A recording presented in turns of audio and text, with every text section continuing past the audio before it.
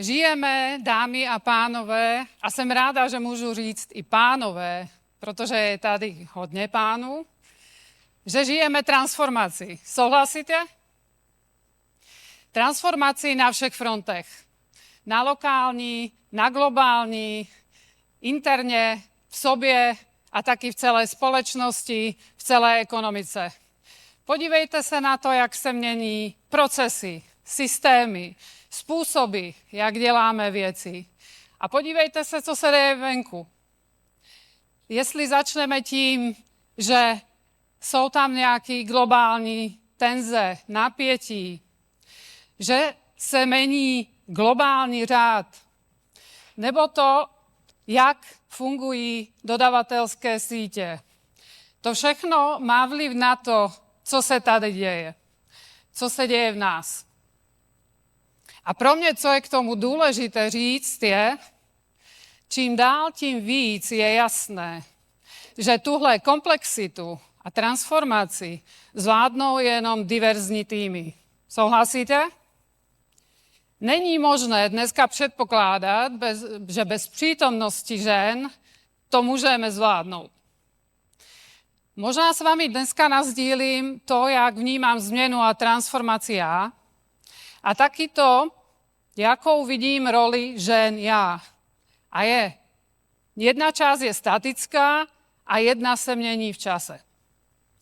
Když jsem se minulý rok dívala na to, co se děje v organizaci, protože jsme taky prošli obrovskými změnami, co se děje venku, tak jsem zjistila, že lidi jsou tak ponoření do svého vlastního života, do toho, s čím musí nakládat každý den, protože každý den těch změn je hodně, že z toho začínají být znavení. Unavení, přehlcení, informačně, změnově. Na druhé straně, co jsem zjistila, že každý z nich si myslel, že změnu nemá rád. A přece ji žil každý den. A nejenom žil a přežil, ale taky se v ní kopu věcí naučil. Takže z toho já jsem usoudila, že my si všichni myslíme, že změna možná není dobrá, ale když jsem se na to dívala na své týmy, tak jsem musela uznat, že se ze sebe dostali zase nové maximum, protože každý rok je to nové maximum. Je tak? Jestli se nám to líbí nebo ne. A pak vlastně druhá věc, zapomněli dívat se ven. Byli tak pohlceni tou změnou jako takovou, že si nevšimli, že venku se změnil svět. To, jak jsme znali svět, jak fungoval doteďka, už není. Je nový řád, je nový pořádek, jsou nové způsoby, nové potřeby, nové cesty, inovace. Proto vám děkuji za všechny vstupy, které jste mi dali, protože k tomu směřujeme. Transformace jako taková pro mě je něco, co mám ráda. Já se v business as usual nudím. Máte to stejně? Já nechci dělat to stejné každý den. Já ani nechci každý den přijít stejným způsobem do práce. Ani stejnou cestou. Mě to nebaví. Já se potřebuju prostě vyhecovat. Potřebuju ze svého života a ze sebe dostat maximum. Já se miluju spoznávat jako nová Eva každý den. Já to prostě pořád musím někam strečnout. Protože mám pocit, že změna jako taková ve mně zapne nový mechanismus fungování. Nové myšlení, adaptaci, schopnost myslet v úplně jiných vzorcích. Když se podívám na těch pár věcí, které chci mít pořád stejné, třeba telefon. Nesnáším měnit telefon. Máte to rádi? Proč máme upgrade telefonu každý rok? To asi souvisí s udržitelností, to je jedna věc, ale druhá, to je něco, co fakt prostě nechci měnit. Ale těch věcí není moc. Zkuste si napsat seznam, co je to absolutně nevyhnutelné, co potřebujete neměnit a všechno ostatní se snažte měnit. krok po kroku, protože se vám vytváří úplně nové vzorce v mozgu. Takže to je první věc. A všimla jsem si, že ono to jde. Že každý, i ten nejméně flexibilní člověk v mé organizaci a v naší organizaci minulý rok udělal věci jinak. A mně se to hrozně líbí, protože ten tým zrazu zjistil, že má úplně jiné možnosti, úplně jiné schopnosti. A neříkám, že se na chvíli nezastavil, anebo že na chvíli nezamrznul, protože to je reakce asi mnohých z nás. Když přijde něco nové, anebo když je toho moc, tak zamrznem. Proč vlastně mluvím o transformaci?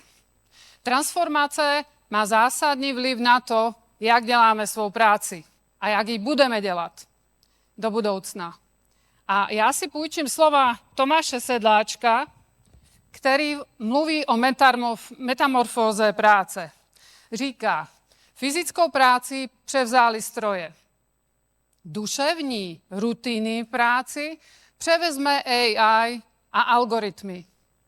Co nám teda zůstává jako lidem? A on to řekl krásně. Smysl, tvořivost, empatie, etika a rozhodování. Od výkonu se přesouváme k smyslu. To nezní tak zle. Je to tak? A samozřejmě, dneska vidíme statistiky o tom, že AI nahradí rutiny opakující se práce, ve kterých jsou zastoupeny primárně ženy, anebo ve většině případů ženy. Ale dámy, každá z nás si musí říct, jestli skutečně chce celý život dělat rutinné, opakovatelné práce. Co se týče mého nastavení změn, tak já chci poznávat, chci se učit a snažím se tenhle spirit odevzdat i dál v organizaci. A jak to děláme? Protože já jako líder a můj manažerský tým jsme ty jediní, co tyhle věci můžou ovlivnit a můžou změnit. Takže co děláme? Poprvé věříme, že diverzní týmy jsou extrémně důležité pro rozhodování, které je správné.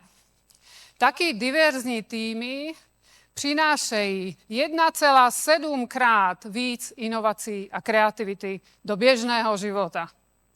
A na to, abychom zabezpečili diverzní přístup napříč organizací a dlouhodobě, musíme taky vytvořit nějaký systém. Takže jsme se rozhodli, že v případě strategických priorit, jako je udržitelnost, diverzita, inkluze, a připravujeme to stejné na AI, potřebujeme systematicky přistoupit ke změně. Ta úplně první věc, kde vidím velice měnící se roli žen, je hledání ambasadorů. Dívali jste se na to, kdo je ten ve vašich organizacích, kdo způsobí změnu? U nás jsou to hlavně ženy. A víte proč?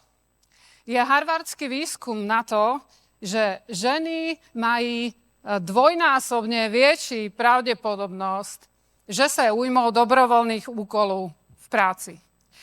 Není to o tom, že to je jenom charita. Všechno, co je potřeba udělat navíc.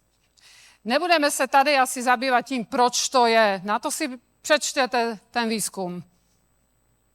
Ale já pracuji s tou pozitivní stránkou toho, že jsou nositelkami změny. Proč je to pro mě důležité? Protože ambasadory změny se jednak naučí ty základy, nadchnou zvyšnou část organizace a přinesou nám, leadershipu, informace o tom, čemu se musíme věnovat k tomu, abychom měli tenhle systém přepsán v DNA společnosti. To je první věc. Pak si ty priority seřadíme do nějaké struktury a vezmeme druhou stránku. My víme, že ženy se tradičně podhodnocují. Když jde půlroční nebo roční hodnocení, znáte to samé, že jo? Ohodnotím se někde uprostřed. protože nevím, jaký názor má na mě šéf, jaký názor má i na mě peers a já se podhodnocím. A reálně s tímto se snažíme pracovat. Jednak vzdělávaním a jednak tím, že dáme tím dobrovolným částem práce visibilitu. A tu můžeme dát jenom v té organizaci, v tom systému. To znamená, když chceme mít DIB, vytvoříme DIB komisi, která má pracovní skupiny dle priorit, které si nadefinovali. Každý má jasný target, jasné KPIs, které si sami zvolí a tím pádem jednak ví, jak se k ním dostat společně, jsou visible pro zaměstnance, jsou visible pro management, kterému pravidelně reportují. A nemůže se stát, že dobrovolnou práci nikdo nevidí, nikdo neocení a nebere ji do úvahy při povyšování. Můžu vám říct, že kolegové, kteří jsou zapojeni do takovýchhle dobrovolných prací, jednak vyrostou velice dobře jako budoucí lídři a máme určitou záruku, že velká část z nich dříve nebo později bude povýšena. Takže z tohohle hlediska pro mě je to jasný business case. To je první věc.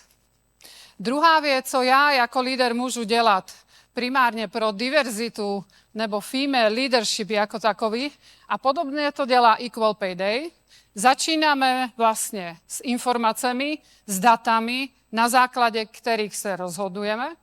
To je první věc. Data, výzkumy, průzkumy.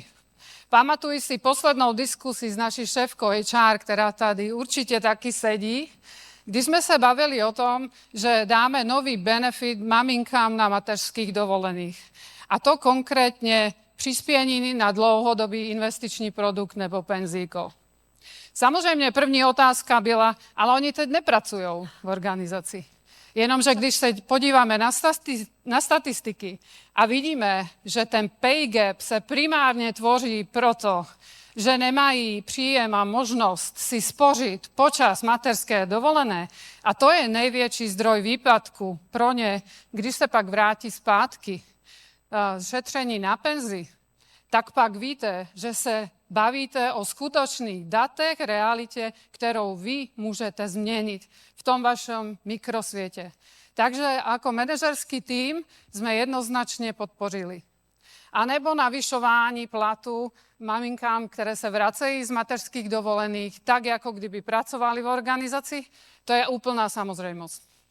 Takže tohle jsou věci jako úplné základy, které já jako líder ovlivnit můžu. Zní to jako něco, co se dá aplikovat i u vás? Jo? Trošku zakřičte, já vás neslyším. Je to tak? Výborně. Takže začali jsme datami, informacemi, zvyšování povědomí. Druhá část je zvyšování sebevědomí. Taky k tomu přispívá Equal Pay Day. Zvyšování sebevědomí vede k tomu, že na mé dveře neklepou jenom mužští kolegové, ale i dámské kolegyně, které chcou navýšit plat. Za prvních 7 let, jak jsem nastoupila do ING, nebyla jediná žena, která by mi zaklopala na dveře. A když jsem to s nima řešila, proč si neřeknou o navýšení platu, nejsou na to zvyklé. Vůbec. Takže to je taky něco, co potřebujeme podpořit a s čím potřebujeme pracovat. Nejsme tam ani náhodou, ale pracujeme na tom. Další věc, zvyšování sebevědomí, mentoringy, coachingy. S našimi kolegyněmi z HR pracujeme na tom, aby jsme vypracovali strukturovaný coaching, mentoring, externí, interní, aby měli možnost dámy vybrat si, co je pohodlnější, co jim adresuje to, co potřebují. A pak i leadership kurzy, kde se mají možnost potkat s jinými peers, z jiných států, z jiné části organizace, aby si vytvořili network. Historicky víme, že ženy mají největší problém s dedikováním času a prostoru na network. Je to i váš případ? Vytváření si networku je veliké issue. Musíte tomu dedikovat čas. A tomu se snažíme pomoci, aby jsme vám ten čas zkrátili. Takže všechny tyto elementy, pokud umíme číst v datech, čteme statistiky, podíváme se na root causes, umíme adresovat. A jestli jsem to já, nebo kterýkoliv člen mého manažerského týmu, a musím tady přivítat i muže z nášho manažerského týmu, každý z nás se může rozhodovat na základě tohto. Takže jmenovala jsem jenom pár příkladů, jakým způsobem můžete změnit to, co je ve vašich možnostech. A proč to vlastně děláme? Protože si vytváříme Centers of Excellence. Na co jsme vsadili my jako manažerský tým naší organizaci, je éra levné práce končí. Vidíme to venku, vidíme to uvnitř. Levná práce není to, co nás prodá do budoucna. Co my potřebujeme, je vytvořit si excellence. A jak se k ní každý z nás dostane? Primárně vzděláváním. Podívejte se na změny kolem sebe. A co dělám s nima já?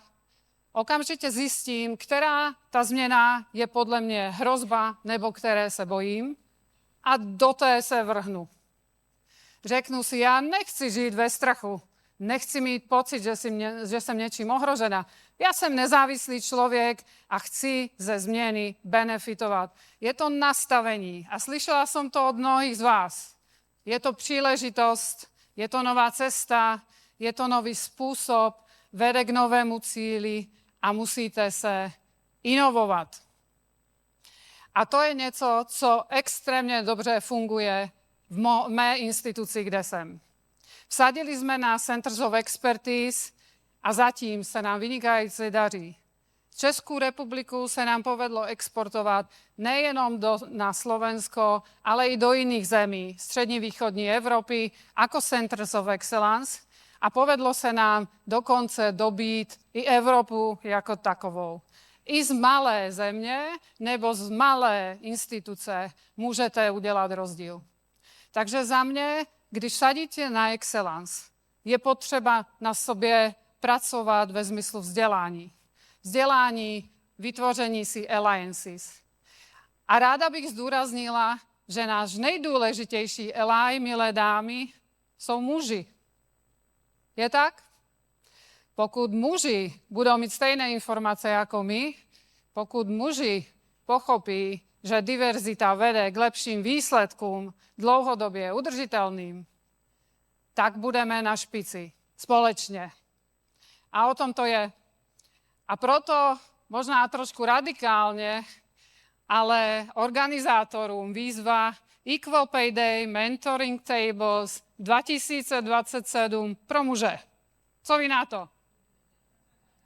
Oni taky potřebují vědět. Děkuju. Oni taky potřebují vědět. Takže když to shrnu, dámy, vzdělání, příležitost, inovace v každém životě. Nezapomeňme, že to je investice do sebe. Abyste vy byli future-proof. Externí partnery, aliance, nezávislost, spojenectví. To jsou ty hlavné témata, kterým se budete věnovat 2026. Souhlasíte? Děkuju.